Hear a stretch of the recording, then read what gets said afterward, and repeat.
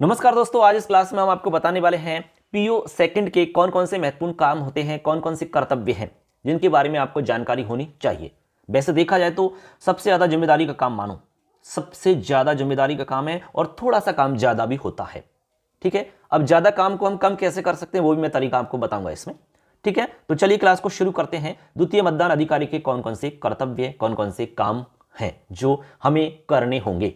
तो चलिए, जैसा कि आप स्क्रीन पर देख रहे हैं, द्वितीय मतदान अधिकारी के कर्तव्य। देखिए, सबसे पहला काम कौन सा है। द्वितीय मतदान अधिकारी जो है वो अमिट शाही का भार साधक होगा। यह प्रथम मतदान अधिकारी के पास ही बैठेगा। इसके पास मतदाता सूची की दूसरी प्रति भी होगी। इसके पास एक वोटर लिस्ट होगी, ठीक है, वर्किंग कॉपी रहेगी इसके पास। और पीओ फर्स्ट के पास रहती है वो कौन सी होती है, मार्क कॉपी होती है। और पीओ सेकंड के पास रहेगी वो वर्किंग कॉपी रहेगी, तो वोटर लिस्ट इसके पास भी रहेगी। इसके अलावा अमिट शाही रहेगी। इसके अलावा रजिस्टर रहेगा और रजिस्टर के साथ में पर्ची भी बनानी है। अब देखो, पर्ची भी बनानी है, शाही भी आपको लगानी है, वोटर लिस्ट भी आपके पास रहेगी। आवश्यकता पड़ने पे आप देख सकते हैं रजिस्टर में एंट्री करवानी है सारी की सारी। तो सबसे ज्यादा जो काम है वो पीओ सेकंड का है। अब इसको आपको अच्छे से करना है, ठीक है। तो इसके लिए जानकारी पूरी होनी चाहिए, पूरी जानकारी होगी तो आराम से कर पाओगे। अब काम कम करने के लिए एक तरीका है। आप काम कम करने के लिए कर सकते हैं, जो अमिट शाही है उस अमिट शाही को आप पीओ थर्ड को दे सकते हैं। पीआरओ साहब से कह सकते हैं, तो आप पीओ थर्ड को दे सकते हैं। इससे क्या होगा, आपका काम कम हो गया। भाई, शाही लगाने का काम पीओ थर्ड को दे दो, ठीक है ना। क्योंकि यहां पर दिक्कत हो सकती है, जैसे मान लो शाही आप लगा रहे हैं, इतना सारा आप काम कर रहे हैं, जल्दीबाजी से मान लो शाही गिर सकती है, डिब्बी लुढ़क सकती है, अब शाही रजिस्टर पर फैल सकती है, तो आप जानते हैं कितनी समस्या हो जाएगी फिर, ठीक है ना। वैसे तो एक डिब्बा मिलता है, उस डिब्बे के अंदर मिट्टी डालो, मिट्टी में शाही की डिब्बी को रखो ऐसे, लेकिन फिर भी देखो काम बहुत सारा रहता है तो फिर गड़बड़ हो सकती है। इसलिए पीओ थर्ड को दे दो। पीओ थर्ड के पास कोई काम नहीं है खास, केवल बैलेट इशू करता है, पर्ची रखता है, तो एक काम और कर देगा, शाही लगा देगा। शाही लगा करके फिर भेजेगा उसको वोटिंग कंपार्टमेंट में, ठीक है ना। ऐसे आप कर सकते हैं, कोई दिक्कत नहीं है, आपके विवेक से आप कर सकते हो, कोई ऐसा इशू नहीं है। आगे सुनिए, आगे करें। इसके पास में मतदाता रजिस्टर एवं मतदाता पर्ची होगी, रजिस्टर भी होगा और पर्ची भी होगी।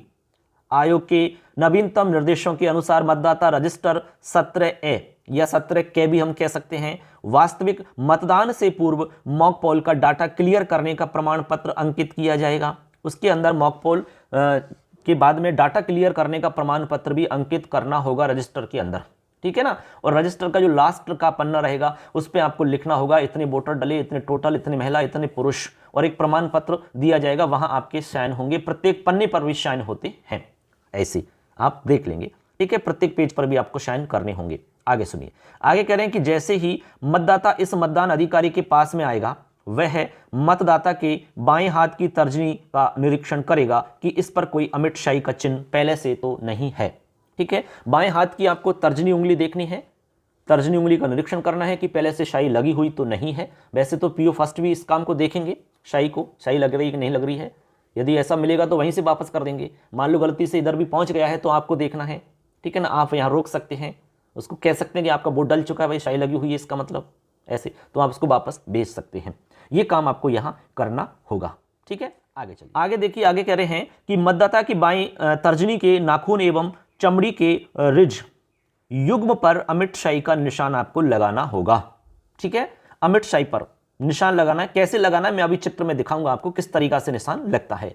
और कहां लगाना, बाईं तर्जनी के नाखून पर और चमड़ी के साथ में, यानी चमड़ी भी साथ में रहेगी और नाखून भी रहेगा।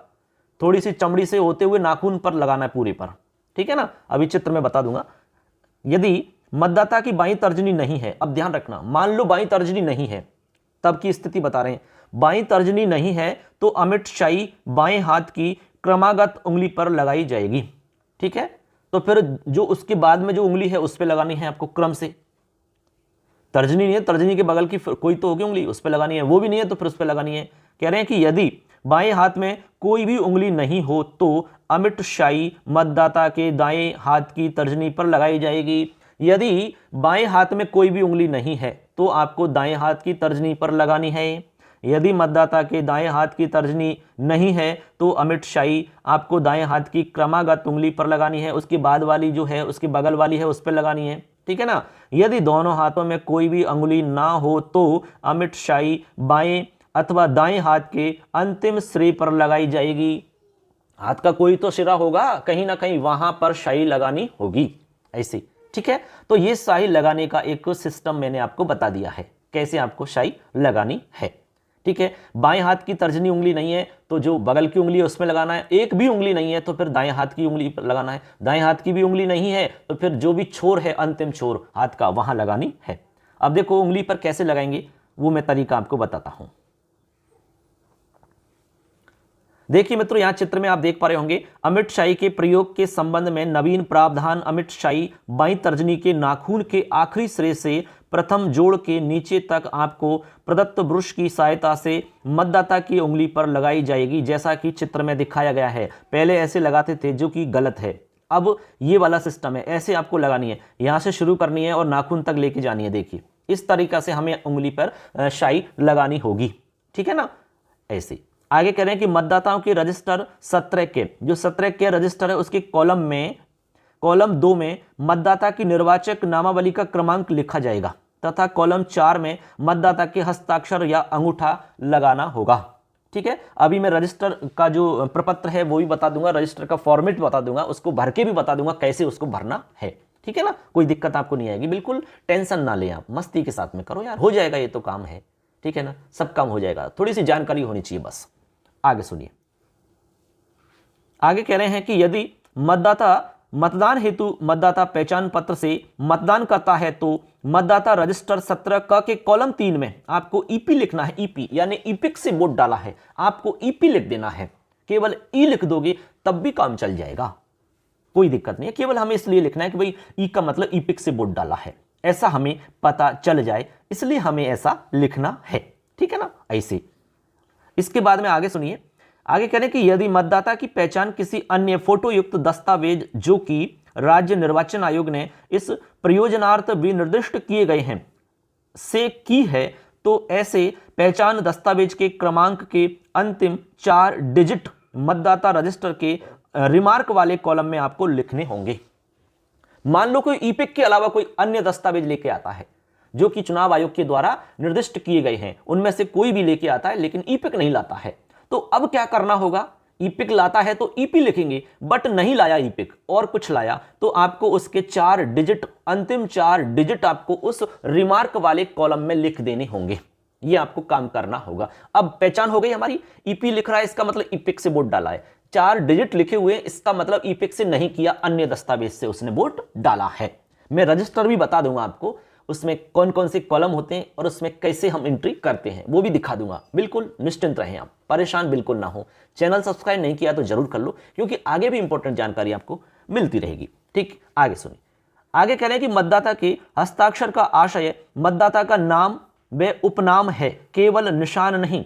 आप रजिस्टर में जब ऐसे नहीं कि केवल ऐसे ही निशान कर दिया कि मैं तो ऐसे ही साइन करता हूं, आप नाम लिख दो भैया, नाम ऐसे कहो कि आप नाम लिखो, हस्ताक्षर की जगह आप नाम कहो कि आप नाम लिखो। जो नाम नहीं लिख सकता अंगूठा लगाओ, सीधी सी बात है, ऐसे।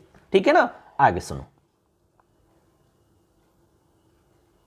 आगे कह रहे हैं कि यदि मतदाता अपना अंगूठा लगाता है तो मतदाता के बाएं हाथ का अंगूठा लगवाएं। यदि कोई अंगूठा लगाता है तो इस बात का ध्यान रखना है, आपको बाएं हाथ का अंगूठा लगाना है।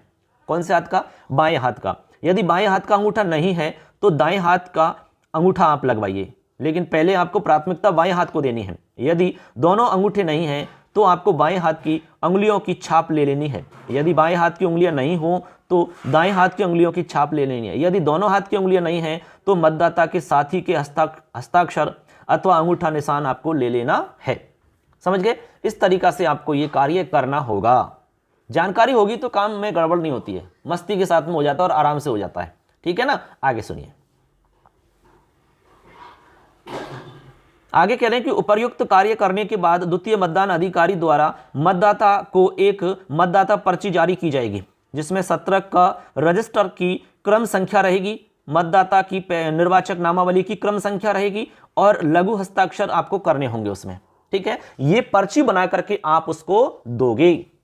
ठीक है, वोटर को दे दोगे आप पर्ची बना के। इसका मतलब आप बिल्कुल आपने संतुष्ट हैं, आप सारा काम कर लिया है, उसको पर्ची बना के दे दी। अब पर्ची लेकर के वो कहां जाएगा? पीओ थर्ड के पास चला जाएगा। अब आगे काम पीओ थर्ड करेगा, फिर आपका काम हो गया।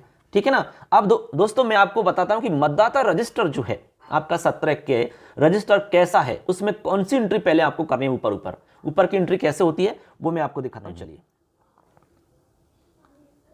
अब देखिए मित्रों, हम यहां पर आपको बताते हैं मतदाता रजिस्टर के बारे में बता रहे हैं। मतदाता रजिस्टर यानी कि प्रारूप 17 के, ठीक है, मतदाता रजिस्टर, इसमें आपको एंट्री कैसे करनी है, यहाँ ऊपर ऊपर 2-4 चीज लिखनी है। वो कैसे आपको लिखनी है, देखिए यहां सबसे पहले जो खाली जगह दिख रही है, यहां पर आपको विधानसभा का नाम लिखना है। दोस्तों क्या लिखना है, विधानसभा का नाम, जो विधानसभा आपके लिए अलॉट हुई है वो विधानसभा आप लिख देंगे यहां पर।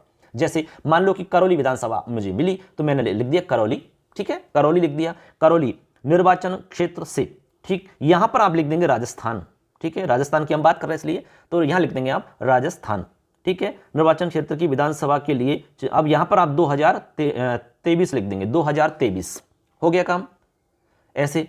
तो यहां तो लिख देंगे आप क्या लिखेंगे, विधानसभा का नाम, और इधर लिख देंगे राजस्थान, और यहां लिख देंगे आप 2023, ठीक है। इसके बाद में आगे चलिए, आगे लिख रहे हैं मतदान केंद्र की संख्या और नाम। यहां पर आपका जो बूथ है उस बूथ का नाम और उसकी संख्या आपको लिखनी है, ठीक है ना। ये आपको अपने सामान में सब जगह लिखा हुआ रहता है, एड्रेस टैग जितने भी है सब में लिखा मिलेगा, ठीक है ना, आपको पता होगा इस चीज का। इसके बाद में निर्वाचक नामावली के भाग संख्या, निर्वाचक नामावली की भाग संख्या कितनी है, आपको कौन सी भाग संख्या मिली है वो भाग संख्या आपको लिख देनी है, ठीक है। अलग अलग भाग के हिसाब से मिलता है, जैसे मान लो किसी की भाग संख्या 183 है तो आप यहां 183 लिख देंगे, 185 है, 186 है, 190 है, 150 है, तो आप जो भी है लिख देंगे, ठीक है ना, ऐसे। अब चलिए ये बात तो आप समझ गए कि भाई ऊपर एंट्री कैसे करनी है। अब मतदाता रजिस्टर का जो अंदर वाला पेज है, ठीक है, उसमें आपको किस तरीका से एंट्री करनी है, चलो उसको भी देख लेते हैं यार। 5 कॉलम बताता हूं मैं कैसे भरने, टेंशन मत करो आप। अब देखिए दोस्तों, मतदाता रजिस्टर के अंदर आपको अंदर एंट्री किस तरीका से करनी है, अंदर जो हमारा रजिस्टर रहेगा उसके अंदर एंट्री कैसे करनी है। सबसे पहले पेज नंबर लिख देंगे, ये पेज नंबर वाला काम आप एक दिन पहले ही कर लेना, पेज नंबर लिख लेना, आपके हिसाब से इतना है, ठीक है ना, ये काम कर लेना। इसके बाद में आप देखिए यहां पर क्रम संख्या रहेगी इस तरीका से, तो क्रम आपको या तो लिखे मिलेंगे और नहीं लिखे मिले हैं तो आप खुद लिख लेंगे, कोई दिक्कत नहीं है। अब देखिए सबसे पहली एंट्री आपको करनी है, निर्वाचक नामावली में निर्वाचक की क्रम संख्या कितनी है, यानी कि जो व्यक्ति वोट डालने आ रहा है, जैसे मान लो ए व्यक्ति आया वोट डालने के लिए ए, अब ए की क्रम संख्या वोटर लिस्ट में कितनी है, जैसे मान लो 150 है तो यहां पर आप 150 लिख देंगे, ठीक, एक एंट्री हो गई। इसके बाद में आगे चलो, निर्वाचक द्वारा अपनी पहचान के सबूत में प्रस्तुत दस्तावेज का ब्यौरा। अब यहां पर पहचान के लिए वो क्या लेके आया है, जैसे मान लो भाई ईपिक लाया तो हमने आपसे कहा कि भाई ई और पी लिखेंगे, आप ईपी लिख देंगे, ठीक है ना। और ईपी नहीं लाया, मान लो ईपिक नहीं लाया, अन्य दस्तावेज लाया, तो रिमार्क के अंदर जो 5वां कॉलम है वहां पर आपको लास्ट के 4 डिजिट आपको लिखने होंगे, ठीक है। इसके बाद में 3 कॉलम हो गए। चौथा जो हमारा ये कॉलम है, यह निर्वाचक के हस्ताक्षर या अंगूठे का निशान लेना है, ठीक है। आप कह दो भाई अपना नाम लिख दो सीधा, हस्ताक्षर मतलब नाम लिख दो आप तो सीधा, ठीक है ना। और नाम कोई लिखना नहीं जानता है तो कह दो कोई अंगूठा लगा दो, अंगूठा, ठीक है ना, ऐसे। अब रजिस्टर को ऐसे इधर उधर मोड़ने की जरूरत नहीं है, वो जैसा खड़ा हुआ वैसे ही साइन कर दो, उधर से साइन कर दो, कोई दिक्कत नहीं है। आप बार बार उनको मोड़ के रजिस्टर को ऐसे दोगे तो बड़ी समस्या हो जाएगी। आप तो अपने पास रजिस्टर को घुमाना नहीं है आपको, जैसे ही है उधर से साइन कर देंगे वो, उससे कोई फर्क नहीं पड़ने वाला। ऐसे है उधर से साइन कर देंगे, कोई दिक्कत नहीं, इधर से साइन कर दो, कहीं से भी कर दो, साइन होनी चाहिए उस कॉलम में बस। रिमार्क में कोई विशेष बात हो, जैसे मान लो कोई वोट देने से मना कर देता है, ठीक है ना, जैसे एंट्री तो हो गई लेकिन आप कहा कि मैं वोट तो नहीं डालूंगा, साइन नहीं करूंगा, साइन नहीं करने वाला भी हो सकता है कोई, तो यहां पे आप लिख दो कि साइन करने से मना किया गया, वोट डालने से इंकार किया गया, ऐसे आप इसमें टिप्पणी में लिख सकते हैं। इसके अलावा टिप्पणी में और क्या लिखेंगे, यदि कोई ईपिक के अलावा अन्य दस्तावेज लाता है तो यहां पर उसके 4 डिजिट लिखने लास्ट वाले, ये भी हम 5 नंबर पे लिखेंगे, टिप्पणी वाले कॉलम है। इस तरीका से दोस्तों ये सारे कॉलम की एंट्री हो जाती है, ठीक है ना। अब लास्ट में जब ये पेज पूरा भर जाए तो लास्ट में पीठासीन अधिकारी का हस्ताक्षर होंगे लास्ट में इस पे, इस तरीका से, ठीक, क्लियर। तो ऐसे करके ये सारी एंट्री आपकी समझ में आ गई। अब इसके बाद में मतदाता पर्ची और बनानी है आपको, तो मतदाता पर्ची कैसे बनेगी चलो उसको भी देख लेते हैं।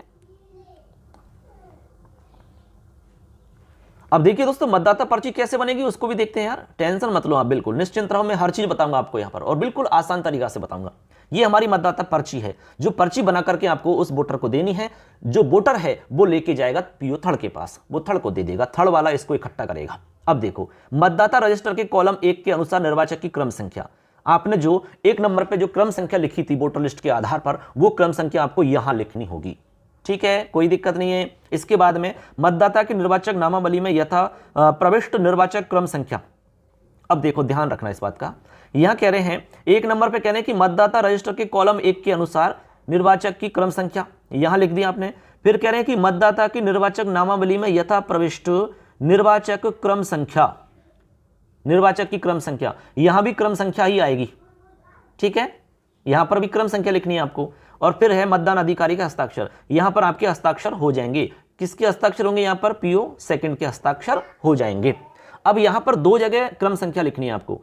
देखो ऊपर भी कॉलम 1 के अनुसार निर्वाचक की क्रम संख्या आ जाएगी, फिर मतदाता की निर्वाचक नामावली में यथा प्रविष्ट निर्वाचक क्रम संख्या आ जाएगी। दोनों जगह क्रम संख्या ही है, तो आप क्रम संख्या लिख देंगे, कोई आपको दिक्कत नहीं है, साइन कर देंगे, पर्ची उसको दे देंगे, ये पर्ची पीओ थर्ड के पास पहुंच जाएगी, पीओ थर्ड इकट्ठा कर लेगा। इस तरीका से दोस्तों यहां पर हमने आपको जो पीओ सेकंड है उसके सारे कामों को मैंने बता दिया है, कौन कौन से काम है। इस तरीका से मित्रों हमने यहां पर पीओ सेकंड के सभी कामों को बता दिया है, आसान तरीका से समझाने का प्रयास किया है, आपको समझ में आगे होंगे। आपको कुल मिलाकर के जानकारी हो और आपको थोड़ा सा सावधानी पूर्वक काम करना है, ठीक है, क्योंकि आपका काफी इंपॉर्टेंट काम है ये। आपको ध्यान रखना है कि साइन करके जा रहा है कि नहीं जा रहा है, पर्ची किसी ने ली कि नहीं ली, पर्ची आपने दी कि नहीं दी, सही आपने लगाई कि नहीं लगाई, ठीक है। सही के लिए तो मैंने कहा कि थर्ड को दे दो आप, तो बड़ा अच्छा रहेगा, आपका काम थोड़ा कम हो जाएगा, ठीक है ना। ऐसे इसके अलावा मान लो कोई साइन करने से मना कर रहा है तो उसकी एंट्री करी कि नहीं करी आपने टिप्पणी में। इसके अलावा ईपिक लाया तो ईपी लिखा कि नहीं लिखा। इसके अलावा कोई अन्य दस्तावेज लाया तो आपने लास्ट 4 डिजिट लिखे कि नहीं लिखे। ये सारी चीज़ आपको ध्यान में रखनी है, ठीक है। जब ये सारा काम हो जाए तो आप आगे भेज देंगे उसको। इस तरह से दोस्तों हमारी क्लास आज की संपन्न हो जाती है। क्लास कैसी लगी जरूर एक प्यारा सा कमेंट जरूर करें आप, और लाइक कर देना, अपने दोस्तों को शेयर कर देना, और चैनल को सब्सक्राइब करना ना भूलें यार दोस्तों, क्योंकि छोटा सा काम है, फ्री का काम है, ये तो कर ही सकते हैं, क्योंकि लगातार क्लासेज में उपलब्ध करवा रहा हूँ आपको और प्रैक्टिकल जानकारी आप तक पहुँचाने का प्रयास कर रहा हूँ दोस्तों। सबके लिए धन्यवाद। जय हिंद, वंदे मातरम।